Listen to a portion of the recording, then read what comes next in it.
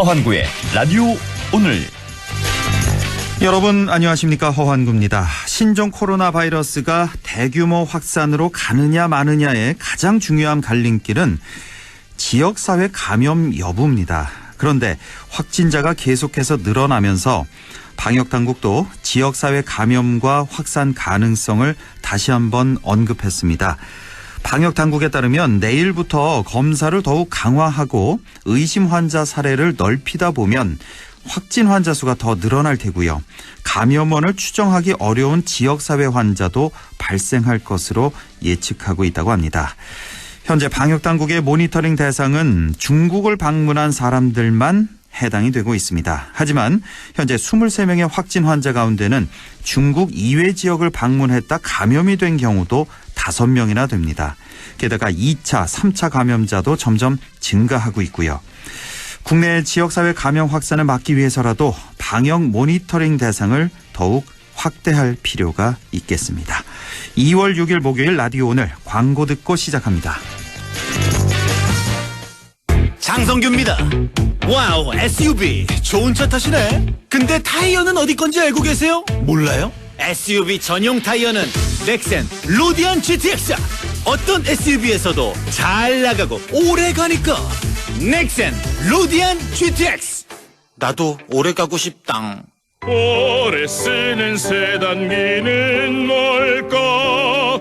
오래 쓰는 코팅기는 뭘까? 45년 사무기기 전문가니까 오래 쓰는 사무기기 카피어랜드랍니다. 맑은 공기가 집 안으로 들어오니까 청정, 나쁜 공기를 집 밖으로 내보내니까 환기. 공기청정과 환기를 동시에 하니까 청정환기. 이제 창문 닫고 환기하세요. 청정환기 시스템을 나비앤하우스에서 만나보세요. 스팅어의 다이내믹한 스타일에 반하신 분들도, 스팅어의 프리미엄한 퍼포먼스에 반하신 분들도 1% 스마트 할부와 100만 원 상당의 영상 스트리밍 서비스를 드리는 스팅어만의 스페셜한 혜택에 또 한 번 반하실 겁니다. 지금 홈페이지를 확인하세요. 스팅어. 2월 선수율 10%, 36개월 기준. 네, 라디오 오늘 목요일 순서 시작합니다. 1부 참 좋은 경제연구소 이인철 소장과 함께하는 시간 시사경제 준비하고 있고요. 2부 이슈 오늘에서는 4.15 총선 예비 후보를 만납니다. 오늘은 영주 문경 예천 선거구 무소속 이한성 후보를 연결해서 함께 얘기 나눠보겠습니다. 그리고 김성수 문화평론가와 함께하는 시간이죠. 김성수의 세상 읽기 이어가겠습니다. 네, 시사경제 시작합니다. 오늘도 참 좋은 경제연구소 이인철 소장과 함께합니다. 안녕하십니까? 네, 안녕하세요. 네, 자, 신종 코로나 바이러스가 그야말로 블랙홀입니다. 우리 사회 거의 모든 분야에 악영향을 주고 있는데요. 이렇다 보니까 정부가 신종 코로나 바이러스에 대한 재정 집행을 확대하기로 했다는 소식인데 모두 3조 4천억 원의 예비비를 투입하기로 했다고요? 그렇습니다. 정부는 현재까지는 이 추가 경정 예산, 이 추경은 검토하고 있지 않다라는 입장이지만 이번 바이러스 확산 양상에 따라 대책이 달라질 수는 있다라고 보고 있는데요. 네. 지금까지 정부는 신종 코로나 바이러스 방역과 검역에 정부 예산 230억 원 가량을 집행을 했습니다. 네. 이와는 별도로 격리자 생활 지원과 치료 등에 필요한 추가 수요 예산을 1,300억 원 정도로 이제 추산을 하고 있는데요. 자, 이렇게 되면 이미 집행된 예산 플러스 추가 수요 예산을 더하게 되면 일단 1,500억 원 이상이 투입이 결정된 겁니다. 예. 이후에도 이제 재정 지원이 필요한데요. 격리자 생활 지원 계속해서 이어져야 하고요. 치료, 피해 업종의 지원과 업체 지원에 따라서 예산 소요가 되는데 여기에는 예비비 투입이 더 늘어납니다. 당초 이제 감염병과 관련해서 기확반 예산을 활용하겠다. 가용한 예산 가운데 이 목적 예비비 2조 원, 여기에다 일반 예비비 1조 4천억 원, 이렇게 이제 1년 동안 쓸 수 있는 정부의 이제 비상금 성격인데요. 총 3조 4천억 원을 적재적소에 신속하게 활용하겠다라는 겁니다. 이런 예비비는 정말 긴급한 방역과 공여뿐만이 아니라 피해 업종 지원 등에 사용이 되는데, 다만 이제 홍남기 경제부총리는 일부에서 추가 경정 편성 예산 책정에 대해서 얘기가 나오고 있는데 아직까지는 검토한 바가 없다라고 선을 긋고 있습니다.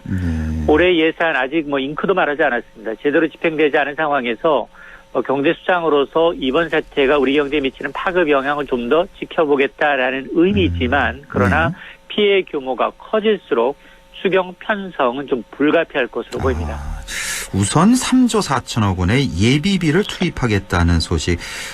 일단 다행이라는 생각이 좀 드네요. 지금 우리 사회 곳곳에 특히 자영업자들, 소상공인 또 저소득층 어려움이 상당하기 때문에 그분들을 위한 추경도 좀 늦지 않게 좀 논의가 됐으면 좋겠다는 생각이 좀 드네요. 자, 중국산 부품 공급에도 차질이 빚어지고 있다는 소식 들어보셨을 텐데 이미 쌍용차 공장 가동 멈췄고요. 현대차도 멈췄다고 하고 르노 삼성도 공장 가동을 멈추기로 했다고요?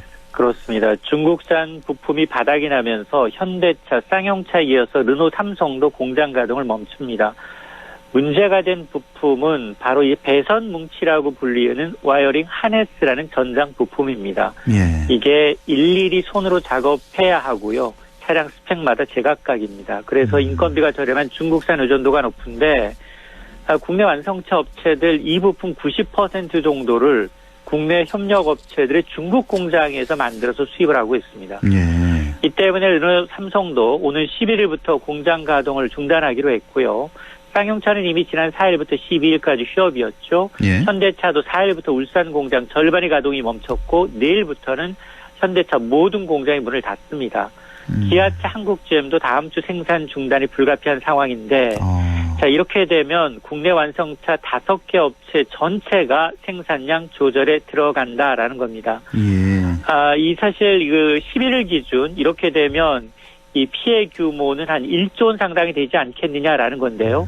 이런 피해 규모에는 왜냐하면 자동차 한 대에는 2만에서 3만여 개 부품으로 이루어져 있는데 한 개 부품만 부족해도 전 공장 가동이 멈추게 되고 현대차의 1차, 2차, 3차 하청업체가 5천여 곳이 넘습니다.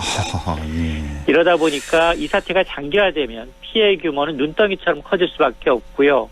그래서 정부는 우선 이 부품 공장이 밀집돼 있는 산둥성 휴업이 연장되지 않도록 중국의 외교처를 통해서 의견을 개진하고요. 이르면 이번 주, 다음 주 초까지는 관련 대책을 발표하겠다라고 밝히고 있습니다. 네, 현대차, 쌍용차, 르노 삼성 이어서 그러니까 기아차 또 한국 GM까지 다 이제 다음 주 정도 되면 다 일단은 공장 가동을 멈출 것으로 보이고 이렇게 자동차 생산 차질을 빚으니까 말씀하신 하청업체들 5천여 개나 된다면서요. 다 이제 영향이 갈 것이고 그 밑에 각종 부품 회사들 협력사들 다 이렇게 어려워질 텐데 이것도 참 걱정이 많이 됩니다.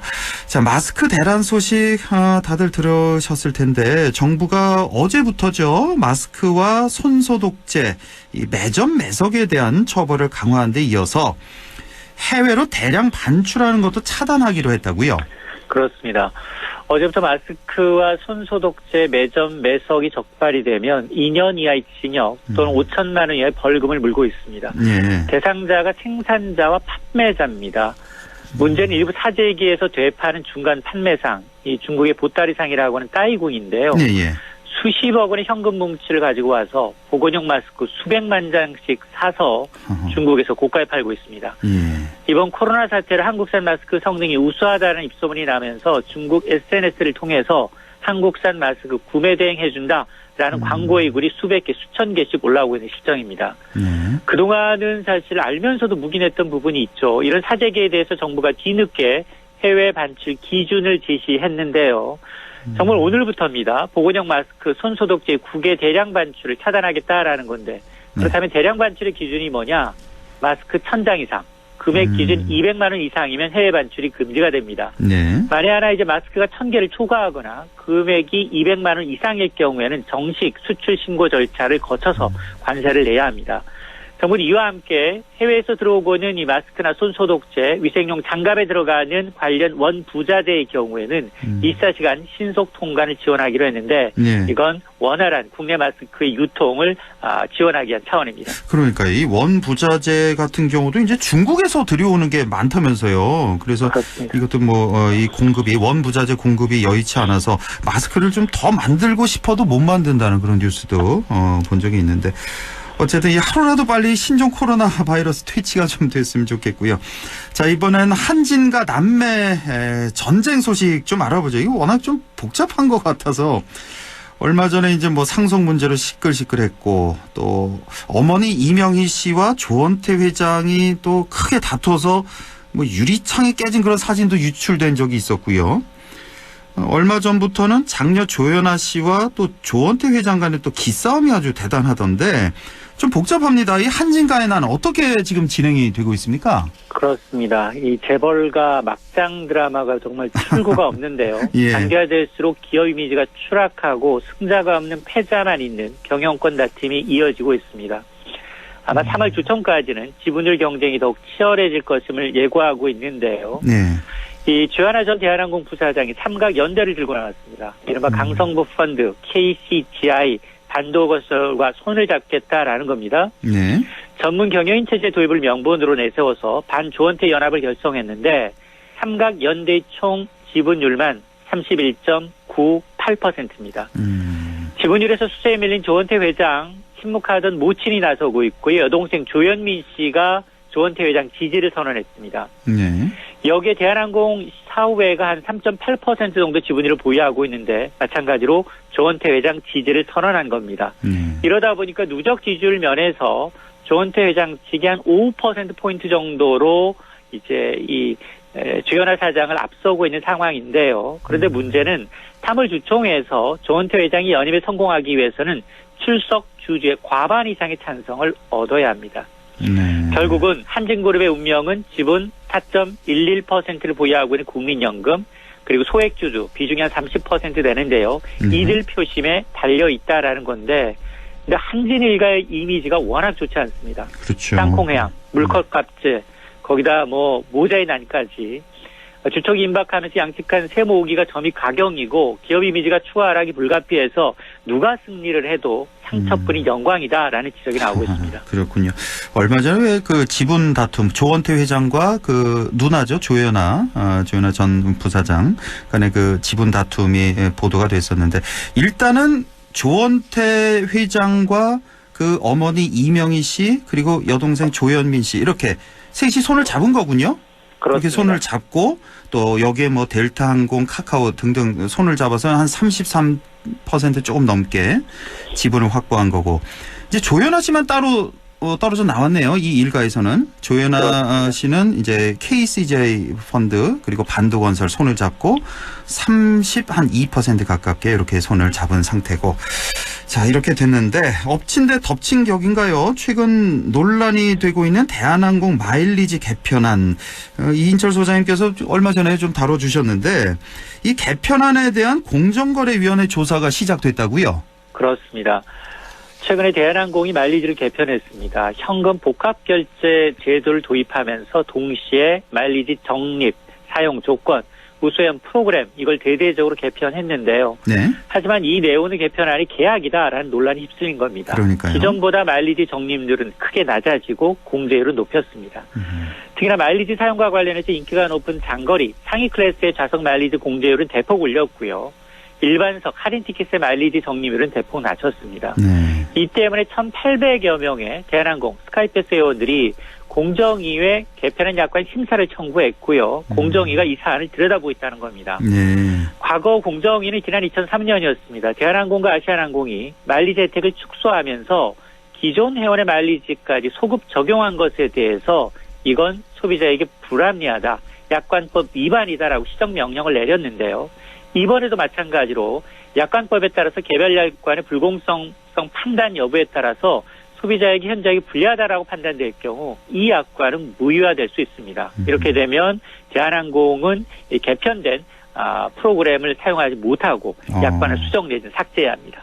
그렇군요. 예. 자, 한 가지 소식 좀 더 볼까요? 얼마 전에 왜 DLS, DLF 사태가 있었는데 여기에 관계된 은행이 이제 우리은행과 하나은행이었나요? 제 기억에. 예, 그랬는데 이 우리은행에 사고를 하나 더 쳤네요. 지금 맞습니다. 우리은행이 거래 실적을 부풀리기 위해서 거래가 없는 고객들의 비밀번호까지 무단으로 도용한 사실이 적발됐다고요. 그 은행들의 도덕 불감증이 도를 넘는데요. 예. 말씀하신 것처럼 DLF, 해금리 연계형, 파생결합 상품, 불안전 판매로 문매를 맞았죠. 또 예. 우리은행이 한 건을 더했습니다. 우리은행 영업점 직원들이 거래가 없는 고객들의 인터넷, 모바일 뱅킹 비밀번호를 마음대로 바꾼 사실이 들통이 나서 금융감독원이 조사에 착수한 겁니다. 예. 왜 이런 일이 벌어지느냐? 오랜 기간 거래가 없는 고객의 온라인 비밀번호가 새로 바뀌게 되면 은행 직원이 새로운 거래 실적으로 잡힌다라는 겁니다. 아. 본인들의 성과 점수를 올리기 위해서 변경한 건데요. 예. 이렇게 무단으로 비밀번호가 변경된 고객이 약 2만 3천여 명으로 추산이 됩니다. 수법을 보니까 1년 넘게 인터넷이나 모바일 뱅킹 접속을 하지 않은 고객을 다시 거래를 재가하면서 은행 직원이 직접 새 비밀번호를 입력했고요. 예. 또 그 무단으로 이 새 비밀번호를 입력해서 온라인 계좌에 접속한 것처럼 꾸민 겁니다. 이게 2018년 7월 은행 자체감사에서 발견이 돼서 금감원에 보고가 됐고요. 예. 다만 이런 개인정보가 외출이 유출되지는 않았고 금전적 피해가 없다고 하더라도 금감원이 이번 사안을 중대범죄행위로 규정을 하고 추가 조사를 통해서 우리은행 관련 직원 처벌하고 수사까지 의뢰하겠다라는 건데요. 은행은 이 신용과 신뢰가 생명인데 그럼요. 점점 이 신뢰가 이 바닥에 떨어지고 있다라는 겁니다. 뭐 어쨌든 금전적 피해가 없다니까 그거는 다행인데, 그러니까 저번에 DLF 사태와 이번 사건과 공통점이 있군요. 그러니까 성과 점수를 올리기 위해서 이렇게 해서는 안 될 이런 행동을 했다는 공통점이 있고, 근데 이런 일이 어떻게 해서 이게 가능한지 좀 저는 이해를 할 수가 없는데, 이런 일 예방이 어렵다면 처벌이라도 좀 관계 당국에서 확실히 해서 다시는 재발하지 않도록 그렇게 했으면 좋겠네요. 자, 오늘 말씀 잘 들었습니다. 참 좋은 경제연구소 이인철 소장과 함께했습니다. 고맙습니다. 네, 고맙습니다. 네, 라디오 오늘 잠시 후 2부에서 뵙겠습니다.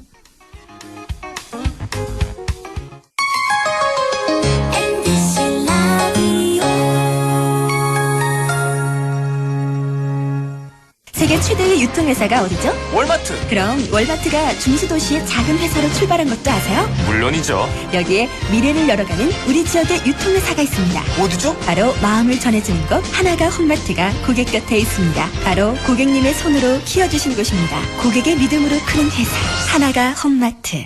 생활은 푸르게 가치는 높게 신도시의 희망과 권무산의 전기를 품은 보금자리 10년 공공임대의 실속 가치까지 경북도청 신도시 코오롱 하늘채 경상북도 개발공사가 여러분과 함께합니다. 문의 054-843-1500.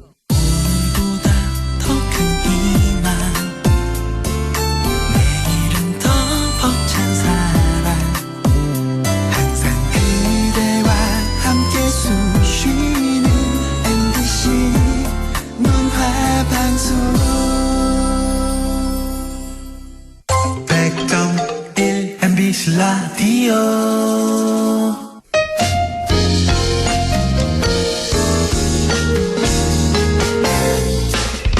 지금 여러분께서는 안동 MBC 시사정보 프로그램 허환구의 라디오 오늘을 듣고 계십니다. 저는 사생결담 강재입니다.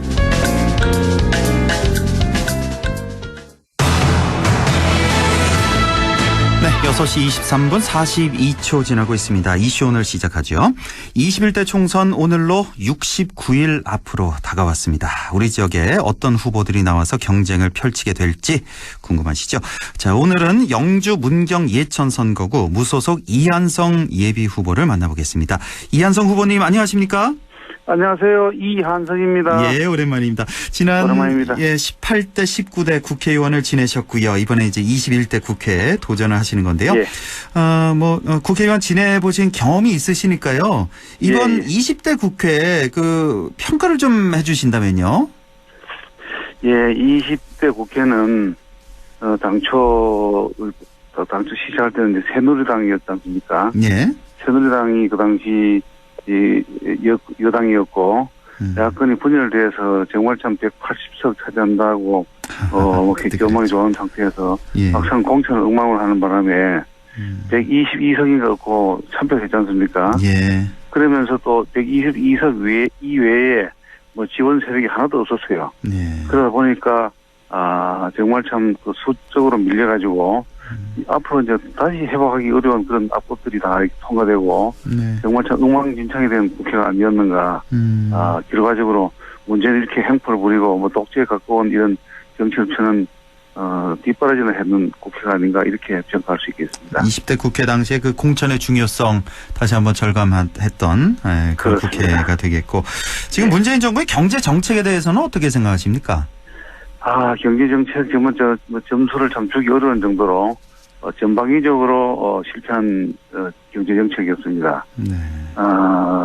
현실에 맞지 않는 최저임금 그리고 또 근로시간 단축 이런 것이 이렇게 자기들이 공약을 뭐 했다고 하더라도 현실을 감안하지 않고 막 밀어붙이는 바람에 여러 가지 부작용만 생긴 상태고요.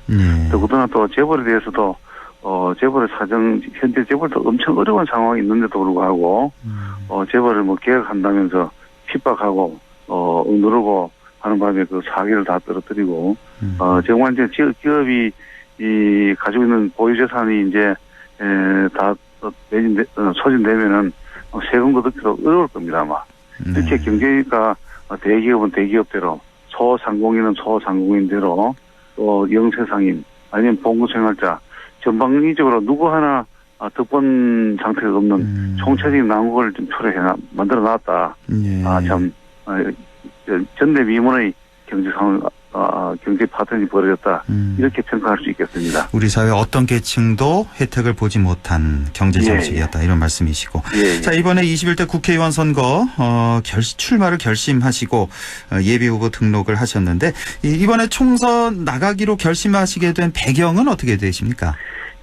조금 전에 말씀드린 대로 경제는 경제대로 너무 참 총체적 난국 상태로 빠져 있고 또 외교는 뭐 사방이 고립되어 있지 않습니까?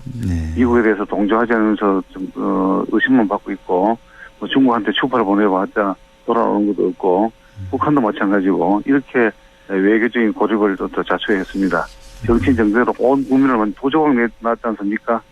조국을 상대로 조국을 끝까지 두둔하는 바람에 보수 진영에서는 정말 참 분통을 터뜨리는데도 불구하고 또 친여 세력들에 대해서는 세력들을 또 이용해서 또 조국도 지지 또 시위를 벌이고 그래서 온 국민이 그냥 양쪽을 벌여서 시위만 하는 상태가 오히려 와 있습니다. 이런 상황에서 국민이 오히려 정치권 그리고 대통령 정부를 걱정하는 상황에 와 있습니다. 이런 상황에서 좀 더 좀 성숙된 정치를 좀 펼치고자 제가 나섰습니다. 자, 어제 인터뷰를 했습니다만 장윤석 후보도 출마를 결심했고 또 또 현역 의원도 분명 나올 테고 우리 이한성 후보님만의 장점을 꼽으라면 어떤 점을 강조하고 싶으세요? 다른 후보님들 뭐 어릴 적 성장 과정을 뭐 깊이 모르겠습니다만은 저는 정말 그 농촌에서 컸기 때문에 논두렁 밭두렁 어릴 때 누비기도 했고 예천이 고향이시죠? 예천 그렇죠. 호명초 나오셨나요? 호명초 예천종이도 나왔는데 또 태생은 문경시 동문면입니다. 문경에서 태어나시고 문경 연고 예천연고를 가지고 있는데 농촌에서 클 때 그 소마구간 또 밤나무에 소를 매놓고 소똥이 이렇게 있는 상태에서 또 밤이 떨어지면 밤을 죽고 이렇게 참 그런 참 소박한 환경에서 성장을 했습니다. 그렇기 때문에 누구보다도 좀 서민적이고 이렇게 서민과 가까이 갈 수 있는 그 여건을 좀 제가 갖추고 있다. 그다음에 제가 좀 체력적으로 그냥 좀 강점을 가지고 있기 때문에 그런 체력을 바탕으로 늘 그 유권자와 접촉하면서 항상 그 정치하고 그것을 또 제가 국회에 있을 때 경험상 많은 입법을 우리 서민들과 유권자들과 대화하면서 나온 그런 입법들이 많았습니다. 그 점이 제가 가지는 강점이라고 하겠습니다. 서민 출신으로서 서민을 누구보다 잘 안다. 그리고 예. 체력도 자신 있고 또 두 번의 의정 생활 또 경험이 있으시니까요. 또 그렇습니다. 예, 그런 예. 경험도 이렇게 강조를 해주셨고. 자, 지난 18대 19대 국회의원 시절에 모두 이제 자유한국당의 전신이죠. 새누리당, 한나라당 소속으로 출마를 하셨는데, 예. 자, 이제 많은 분들이 제일 궁금해하시는 게 이번엔 무소속으로 출마하신단 말이에요. 이한성 후보님께서. 뭐 특별한 이유가 있으신지요? 현재 이제 민주당이 참 잘못하는 게 너무 많은 데 대해서, 반대, 제1야당인, 자유한국당이 제 역할을 못하고 있지 않습니까? 그래서 지지하는, 보수 인사들도 정말 참 본통을 터뜨리고 있습니다. 저렇게 못할 수 있느냐. 저렇게 거리를 민주당이 제공하는데도 불구하고 저렇게 기회를 놓치고, 도로 그냥 실패하고 얻는 거 하나 없이 세월만 보내고 국회를 마칠 때가 되었습니다. 이런 시점에서 어느 정당 하나 참 국민의 신뢰를 받지 못하고 더구나 이제 연동형 비례제 때문에 많은 정당이 난립해 있습니다. 이때 저는 그냥 당의 기반을 갖지 않고 제가 또 4년 동안 열심히 했지 않습니까?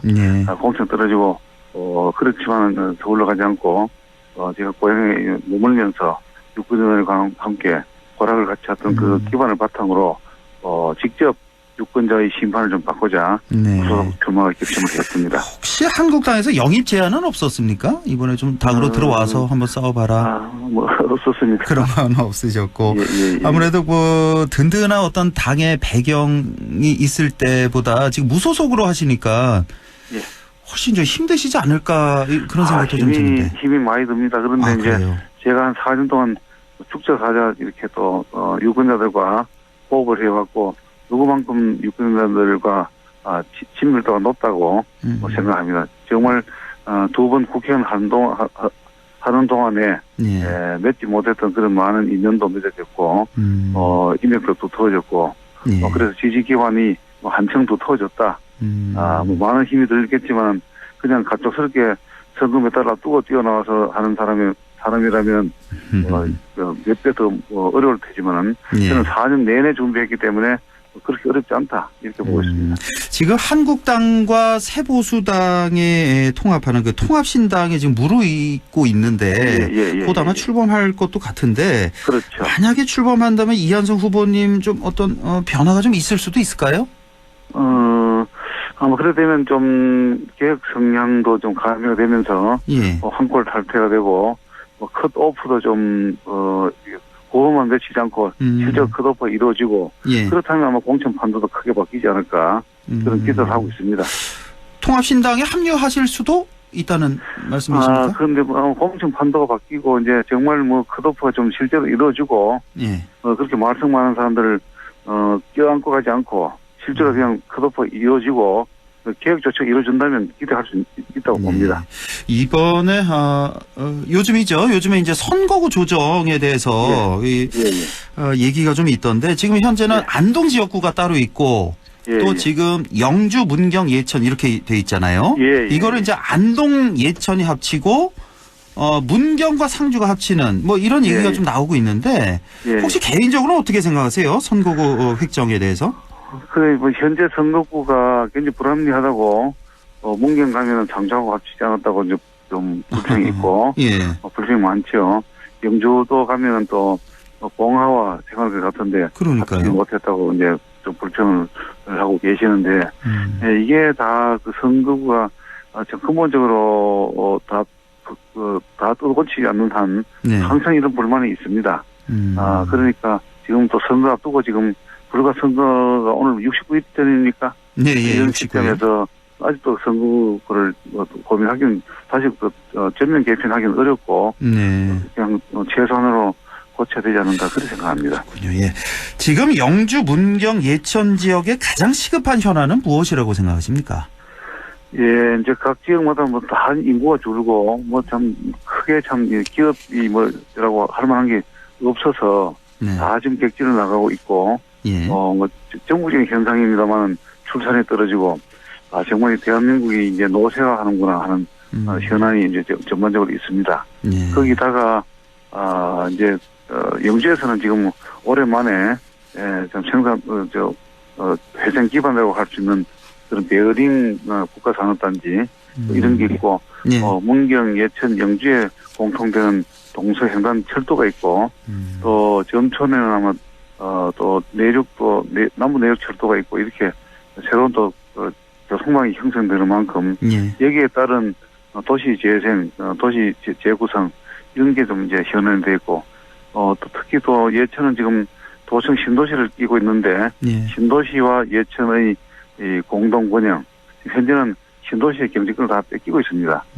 그런데 이것은 좀 예천 전체 발전을 균형 발전을 위해서는 대단히 좋지 않은 현상이니까 네. 그런 문제를 현재 안고 있다고 봅니다. 네, 지역구가 이제 세 개 시군을 다 아우르고 예. 있다 보니까 현안도 참 많은 것 같습니다. 그렇습니다. 지금 이한성 예비 후보와 얘기 나누고 있는데 지금 준비하고 계신 공약들이 많이 있을 텐데 예. 가장 중요한 거 한 가지만 좀 말씀해 주시겠어요? 지금 시간 때문에. 예. 그렇죠. 예. 그래 앞에 말씀드린 대로 이제 철도 얘기는 나왔습니다만은 소백 산맥을 중심으로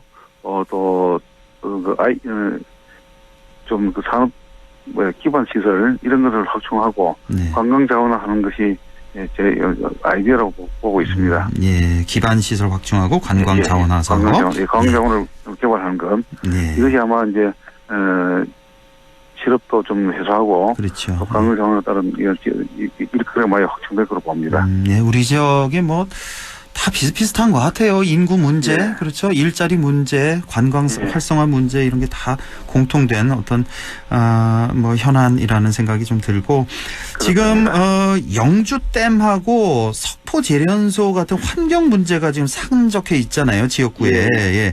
이런 부분 이거 어떻게 해법을 찾아야 될까요? 예, 영주댐은 사실 참 너무 큰 규모로 댐이 지어져서 당시에 참 그 정동 고향을 떠났던 분들이나 네. 또 환경적으로도 문제를 안고 있습니다만은 또 예산이 엄청난 천문학적 예산이 들어간 마당에 이 댐을 또 다시 원상 복구는 어렵고 또 담소화해서 기정사실하고 거기서 이제 관광 자원을 개발하든지 여러 가지 이제 회전 방법을 찾는 게 좋겠다 이런 생각이고 석포제련소는 우리 지역하고는 조금 관련이 적습니다만은 이제 이렇게 전통적인 그런 중금속 제련 산업은 좀 더 그 첨단 기술을 확보하고 기업도 조금 도덕성을 확보해가지고 조금 이제 그 경제적인 이익보다는 정말 환경을 생각하면서 철저하게 기준을 지키고 기왕에 오염되었던 시설은 또 철저하게 또 정화하는 그런 작업이 필요하다 이렇게 봅니다. 21대 국회에서는 꼭 이 환경 문제 이게 좀 해결이 좀 됐으면 좋겠습니다. 예, 제가 참 또 환경법으로 법학박사학위를 받아가지고 그러세요? 그렇습니다. 그래서 깊은 관심을 가지고 정말 좀 열심히 앞장서겠습니다. 예, 자 마지막으로 덧붙이고 싶은 말씀 우리 지역 구민들에게 좀 호소를 해주시죠. 예, 정말 참 우리 지역 주민 또 유권자 여러분들이 막 깊은 실망에 사로잡혀 있습니다. 이번만큼은 선거가 이렇게 또 정당 중심으로 종전처럼 그렇게 흘러가지 말고 뭔가 좀 인물 중심으로 좀 선택을 해야 되겠다 이런 말씀을 꼭 드리고 싶습니다. 예, 알겠습니다. 지금까지 영주 문경 예천 선거구 무소속 이한성 예비 후보와 얘기 나눠봤습니다. 다음에요 좀 더 시간 길게 잡아서 또 이런 기회 마련하겠습니다. 오늘 말씀 고맙습니다. 감사합니다. 네, 내일은 상주 군위 의성 청송 선거구로 가보겠습니다. 자유한국당 박영문 예비 후보를 만나보겠습니다. 여러분의 많은 청취 바랍니다. 안동 MBC 시사 프로그램 허환고의 라디오 오늘에선 청취자 여러분의 참여를 기다리고 있습니다. 우리 지역의 사건 사고 소식이나 다루고 싶은 이슈를 안동 MBC 홈페이지 라디오 오늘 게시판에 올려주시기 바랍니다. 전화는 843-7100, 문자는 샵 0913으로 보내주시면 되고요. 문자는 단문 50원, 장문 100원의 정보 이용료가 있습니다. 참, 유튜브에서도 라디오 오늘 함께 하실 수 있습니다. 안동문화방송 허환구의 라디오 오늘.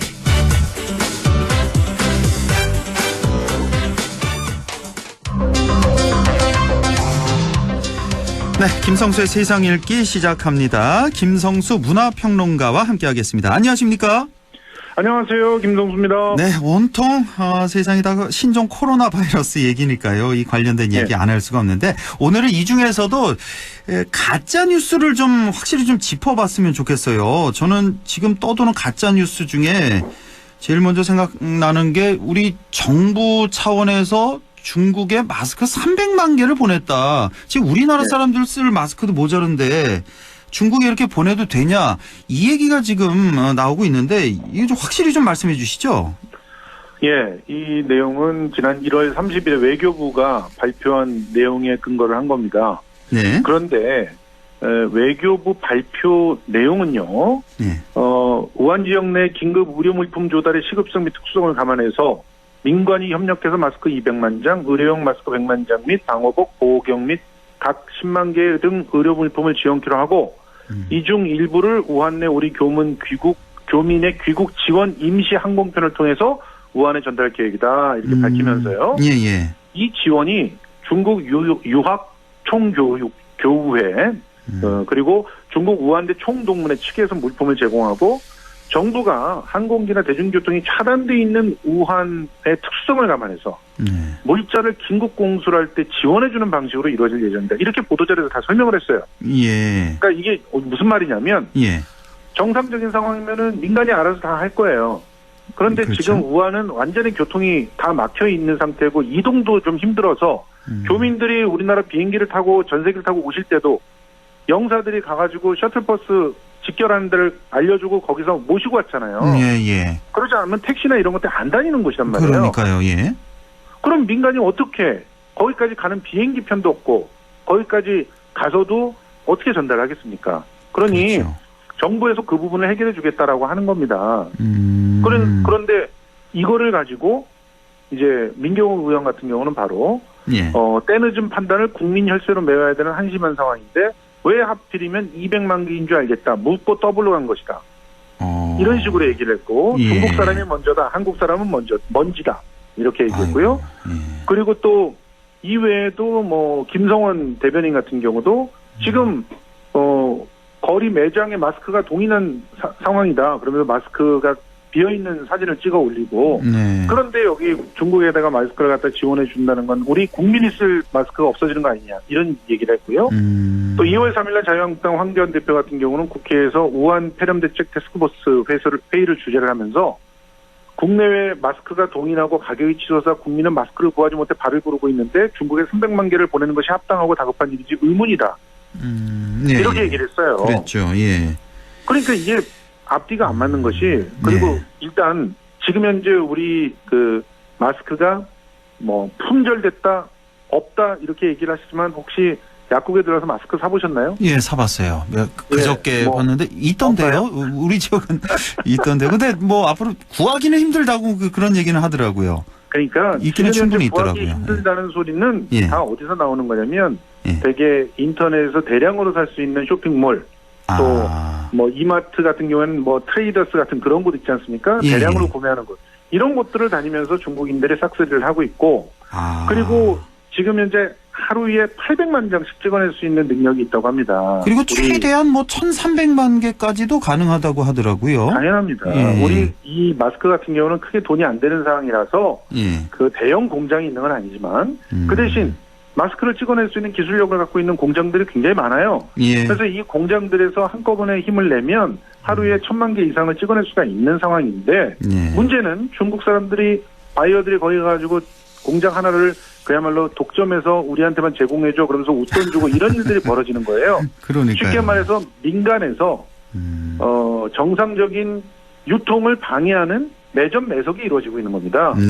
이걸 단속하라고 얘기를 해야 되는데 정부가 300만 장을 지원해 주는 그것도 민간이 지원해 주는 걸 이동시켜 주는 거에 불과한 것을 가지고 정부를 비판하고 있는 것은 이거는 사실상 정치권이 정쟁을 하기 위해서 가짜뉴스를 퍼뜨렸다고 볼 수 있는 거 아니겠습니까? 이래선 안 될 텐데 말이죠. 일단은 이 마스크 부족 문제에 관한 가짜뉴스 확인. 그러니까 중국의 우한 지역에 마스크 300만 개를 보내는 거는 맞긴 맞는데 그걸 이후 정부 차원에서 보내는 게 아니라 민간 차원에서 준비해서 보내주는 거고 그 돈으로. 예. 근데 정부 차원에서는 이 공수를 좀 지원해 주는 방식으로 그쪽 교통편이 막혀 있으니까.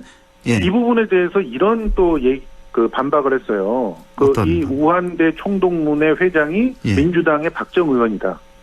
근데 그게 회장이 박정 의원이라는 것과 예. 민간이 아닌 세금이 들어간다는 게 어떻게 설명이 되는 거죠?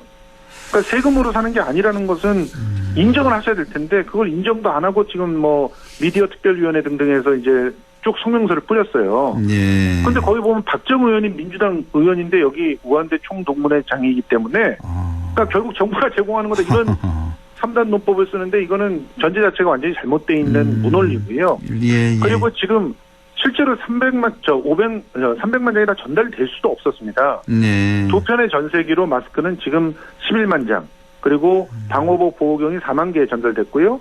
거기다가 이제 2월 3일 날 이제 우리 국민들한테도 필요하기 때문에 그래서 결국 한 마스크 161만 장을 한 번 더 보내서 총 161만 장이 지금 보냈고요. 여기 다 중국 유학총 교무회에서 다 돈 내고 산 겁니다. 예. 그리고 이 외에 뭐 보낸 것들을 다 해봐도 지금 현재 뭐 500만 달러 지원한 건 사실 아니야 이러면서 또 반박 자료를 갖다 자유한국당에서 냈는데 그 중에서 지금 쓴 돈은 30만 달러 정도 썼습니다. 그러니까 뭐 실제로는 500만 달러를 계획을 하고 있다는 거지 다 쓰지도 않았고요. 그리고 일본에서 대지진 났을 때, 미국에서 카트리나 하리케인으로 문제가 났을 때 그거보다 훨씬 더 많은 돈들을 지원을 했거든요. 그렇죠. 사실 중국의 방역이 잘 되면 우리도 도움을 받고 있는 것이기 때문에 그럼요. 이거는 일종의 방역 조치라고 봐야 되는 겁니다. 그런데 이런 것들을 정쟁에 활용을 하면서 가짜뉴스를 퍼뜨린 거 이거 심각한 문제가 아닌가 생각합니다. 일단은 이 마스크 문제 가짜뉴스 확인을 했고 자 그리고 지금 이 중국 포비아가 조성되고 있는 가운데 이 중국인들이 건강보험료 제정에 부담이 된다 이런 주장을 하고 있던데 이거 사실관계는 어떻게 됩니까? 예, 뭐 이런 주장들을 합니다. 국민들한테 건강보험료 꼬박꼬박 뜯어가면서 중국인들에게 공짜 할인 혜택 주고, 그리고 또 뭐 그런 것 때문에 중국에서 우리나라에 치료받으러 오다. 그런 얘기들이 나오고 있잖아요. 그러면서 친중 정부다, 뭐 중국의 뭐 조공 정책을 하고 있는 정부다 이렇게 공격을 하는데, 중국이란 이유로 뭐 조선족이라도 건강보험료를 할인해주거나 면제해주는 혜택 없습니다. 이건 철저히 가짜뉴스고요. 전혀 없어요. 할인 혜택이. 그럼요. 다른 외국인도 마찬가지고요. 보험료를 낮춰주는 경우는 딱 하나. 우리 그런 국민들도 마찬가지죠. 극히 어렵거나. 그래서 너무 살기가 힘들어요. 그러면 깎아주죠. 그리고 장애인이거나 국가 유공자이거나 또 요양기관까지 거리가 너무 먼 섬이나 벽지에서 거주하거나 이런 사람들. 이런 사람들에 한해서 보험료 경감 고시에 의해서 모든 사람들, 그러니까 우리 자국 내에 머무르고 있는 사람들이 다 해당이 되는 거거든요. 이거는 뭐 우리나라 사람이건 외국인이건 할 것 없이 공통적으로 해당되는 거군요, 이건. 그러니까 의료보험을 건강보험료를 내는 사람들은 다 할인이 되는 거죠. 적용이 되는 겁니다. 대상인 사람들. 그리고 이 뭐 다문화 정책의 일환이나 지자체별로 의료비를 지원하는 서비스를 하는 경우도 있어요. 근데 중국인이라는 이유만으로 그렇게 건강보험료를 할인해주거나 면제해주지는 않습니다. 그리고 뭐 지금 이 얘기가 나온 것이 국내에서 확진 판정을 받은 중국인 환자가 있었잖아요. 근데 이제 국내 의료기관에서 이제 무상 진료를 하고 있는데 이거는 감염병 예방법에 외국인 감염병 환자의 입원 치료의 경비를 국고로 부담하는 게 원칙으로 규정이 돼 있어요. 왜냐하면 WHO에서 감염병 진료에 따른 비용을 청구하지 말아라 이렇게 얘기를 했기 때문에. 이건 뭐 외국 같은 경우도 마찬가지겠네요. 뭐 일본이나 중국에 있는 우리나라 사람이 치료를 받아도 똑같이. 메르스 때요. 중국에서 우리 메르스 확진을 받았던 우리 교민이 중국에서 치료를 1억 원 넘는 비용을 받으면서 받은 적이 있습니다. 이것은 오히려 전 세계로 감염병이 퍼지는 걸 막기 위한 조치입니다. 그렇죠. 내가 이 나라에선 안 된대. 돈을 엄청 내야 된대. 그럼 우리나라 돌아가야지. 그러다가 접촉하는 사람들 다 걸릴 거예요. 자국민을 위한 그런 조치라고도 생각을 할 수가 있겠고, 그나저나 이 외국인 가입자들 있잖아요. 보험료를 우리나라 사람하고 똑같이 내고 있습니까? 실제로 우리처럼 직장 가입자, 지역 가입자로 가입을 하게 되는데 당연히 가입을 해야 되고요. 보험료율도 내국인과 똑같고요. 똑같아요. 지금 솔직히 말하면 그 외국인들의 직장 가입자 비율은 70% 정도 되거든요. 그러니까 사실은 우리나라 직장 그 비율보다도 높다고 봐야 되니까. 그러네요. 또 직장에 그 가입을 하게 되면은 본인이 내는 거는 반이고 또 기업이 내는 게 반이잖아요. 그렇게 되면서 실질적으로 내는 비용 자체는 직장 의료보험자가 조금 더 낸다고 알고 있거든요. 그런데 이제 지역 가입자 같은 경우 3개월 이상 체류하면 임의로 가입할 수가 있어요. 그런데 이제 이 규정을 악용하는 일부 사람들이 있습니다. 그래서 단기간 3개월 이상 체류를 하면서 건강보험에 가입이 되면 바로 가입하자마자 큰 비용이 들어가는 치료를 받은 다음에 튀는 그런 일들이 있었거든요. 있긴 있겠네요, 이런 경우가. 이게 이제 제도가 그래서 바뀌었습니다. 그래요? 2018년에 6개월로 늘어났고 지난해 7월부터 임의 가입이 당연 가입으로 상용 조정이 돼서 소득이 없는 지역 가입자도 내국인의 평균 보험료만큼 무조건 내야 되는 걸로 바뀌었어요. 이게 지난해 7월부터입니다. 그래서 처음으로 적용된 액수가 월 11만 원 정도. 최하 11만 원 이상은 내는군요. 똑같이. 그러니까 이렇게 되니까 이제 뭐 내가 죽도록 보험료 내는데 외국인 너무 적다 이런 얘기는 아니다. 알겠습니다. 자, 그래서 지금 할 얘기도 많이 남았는데 시간이 다 돼서 그래서 이제 중국인이 우리의 건보 재정 갉아먹고 있다 이런 주장도 전혀 사실이 아니라는 거 다시 한번 강조를 하겠습니다. 오늘 말씀 여기까지 듣겠습니다. 고맙습니다.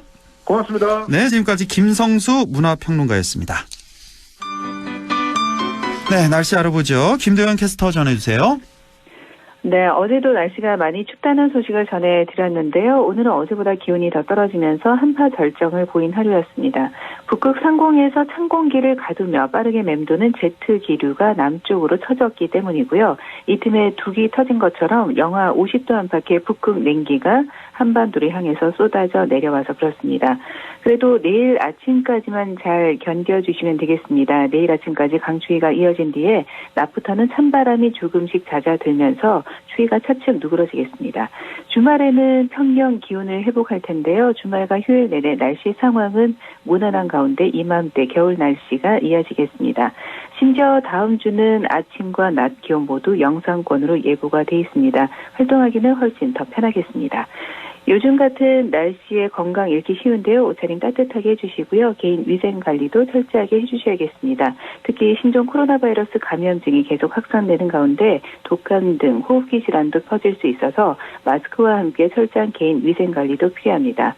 기상청은 감기 발생 가능 정도를 최고 단계인 매우 높은 단계로 발표한 상태입니다. 대기도 무척 건조하니까 불씨관리도 신경 써주셔야 되겠습니다. 내일 기온은 아침이 영하 7도, 한낮에는 5도까지 오르겠습니다. 상주 현재 기온은 어제 이 시간보다 3도 높은 영하 1도, 체감온도 영하 1도, 습도는 35%입니다. 날씨였습니다.